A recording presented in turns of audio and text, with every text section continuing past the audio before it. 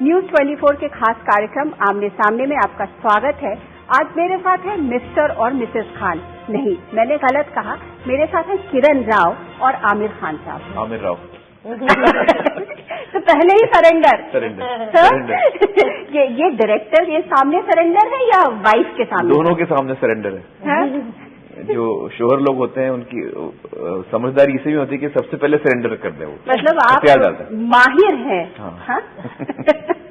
किरण, ये फिल्म का नाम जो है कुछ थोड़ा सा अजीब सा है ना, धोबी घाट। थोड़ा कन्वेंशनल जो फिल्मी नाम होते हैं उनसे अलग हटके है।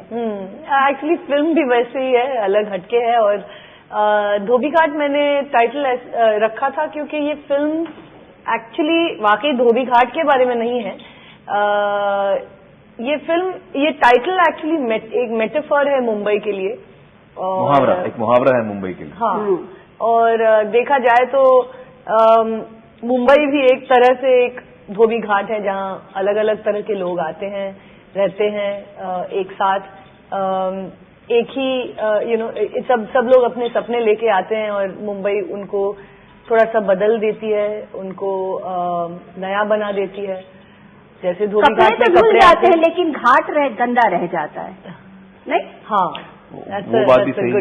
ये भी एक अच्छा मेटाफर है। किरण, आपकी ये पहली फिल्म है और हर कामयाब डायरेक्टर को ये लगता है कि मैं एक ऐसी फिल्म बनाऊं जो कि मील का पत्थर साबित हो। क्या आपको लगता है कि आपकी पहली फिल्म ही ऐसा कुछ होगी या it's just an experiment that you are trying to do as a director?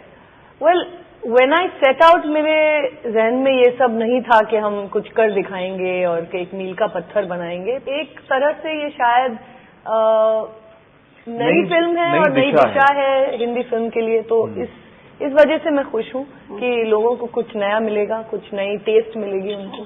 जो इसमें आपने हीरो लिया प्रतीक, तो कहते हैं कि वो उसमें स्मिता पाटिल की बहुत छाप है। ऐसा है कि एज ए डायरेक्टर आपने ये महसूस किया? एज ए डायरेक्टर मुझे उसने बहुत सरप्राइज किया।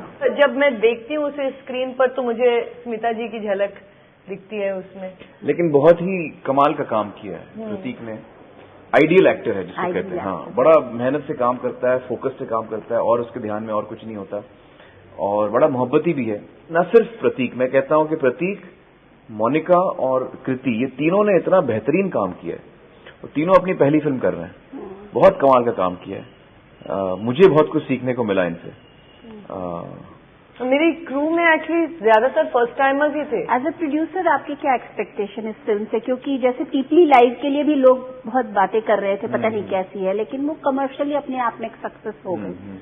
धोबी घाट के लिए आप क्या एक्सपेक्ट करते हैं? चक्कर ये कि मैं सिर्फ एज ए प्रोड्यूसर सोच नहीं पाता, लोगों को फिल्म पसंद आनी चाहिए। ये मेरे लिए सबसे अहम बात होती है कि लोगों को फिल्म पसंद आए। और मुझे लगता है कि ये जो फिल्म बनाई है किरण ने, मेरे समझ से ये मेरे प्रोडक्शन हाउस की सबसे बेहतरीन फिल्म है। लेकिन इसका बिजनेस क्या होगा मुझे अंदाजा नहीं है। कमर्शियल टाइप की बड़ी जो एंटरटेनिंग फिल्में होती हैं उस किस्म की फिल्म नहीं है। लेकिन जिस ऑडियंस के लिए ये बनी है मुझे लगता है उनको बड़ी पसंद आएगी। लेकिन और उनके लिए भी है जिनको एक नया टेस्ट एक्सपीरियंस करने की इच्छा, जिनको कुछ नया देखना है। मेरा ये मानना है कि मेरा जो रिश्ता है ऑडियंस के साथ पिछले 20-22 सालों में, उस रिश्ते की मैं बड़ी इज्जत करता हूं और उसको मैं बहुत अहमियत देता हूं। तो जब मेरी कोई फिल्म आती है मुझे बड़ा डर होता है कि मैं ऑडियंस को हमेशा मैं सच्चाई से बताऊं कि भैया ये इस किस्म की फिल्म है। कल को मेरी ऑडियंस टिकट खरीद के अंदर आए, बोले कि यार आमिर ने हमको डिसअपॉइंट किया, हमको मजा नहीं आया। ये मैं सुनना नहीं चाहता हूं। मैं ये सुनना चाहता हूं कि हाँ, जो आमिर ने बताया हमको अनुराग जी की इंटरव्यू में वैसी ही फिल्म है। तो हमको गलत अगर वो देखना चाहें तो फिर वो देखना चाहें तो उनकी इच्छा है। मैंने पिछले साल जब आमिर से बात की थी तो उन्होंने कहा था इनको इस फिल्म में एक्ट करने के लिए, रोल लेने के लिए बहुत मशक्कत करनी पड़ी थी और ये इसकी कहानी सुनना नहीं चाहते थे और ये भाग रहे थे आपसे कहानी सुनने से। सही है क्या? बिल्कुल सही, बिल्कुल सही। मैं डर रहा था क्योंकि किरण ने जब मुझे बताया कि मैं कहानी लिख रही हूँ, स्क्रिप्ट लिख रही हूँ, तो मैं घबरा गया। मुझे लगा कि यार अगर मुझे स्क्रिप्ट पसंद नहीं आई तो मैं कैसे बताऊंगा, इनका दिल टूटेगा फिर। और मुझे वैसे ही कम स्क्रिप्टें पसंद आती हैं। मैं और घबरा रहा था कि ये स्क्रिप्ट सुनाएंगे और मुझे नहीं पसंद आएगी। तो मुझे कहानी बहुत पसंद आई बहुत ही टचिंग कहानी है, बहुत ही एक नाजुक सी कहानी है लम्हों के बारे में और जिंदगी के बारे में, ये 4 जिंदगियों के बारे में, शहर के बारे में। और मुझे बहुत पसंद आई, मुझे रोना भी आया, मैं बहुत मूव हुआ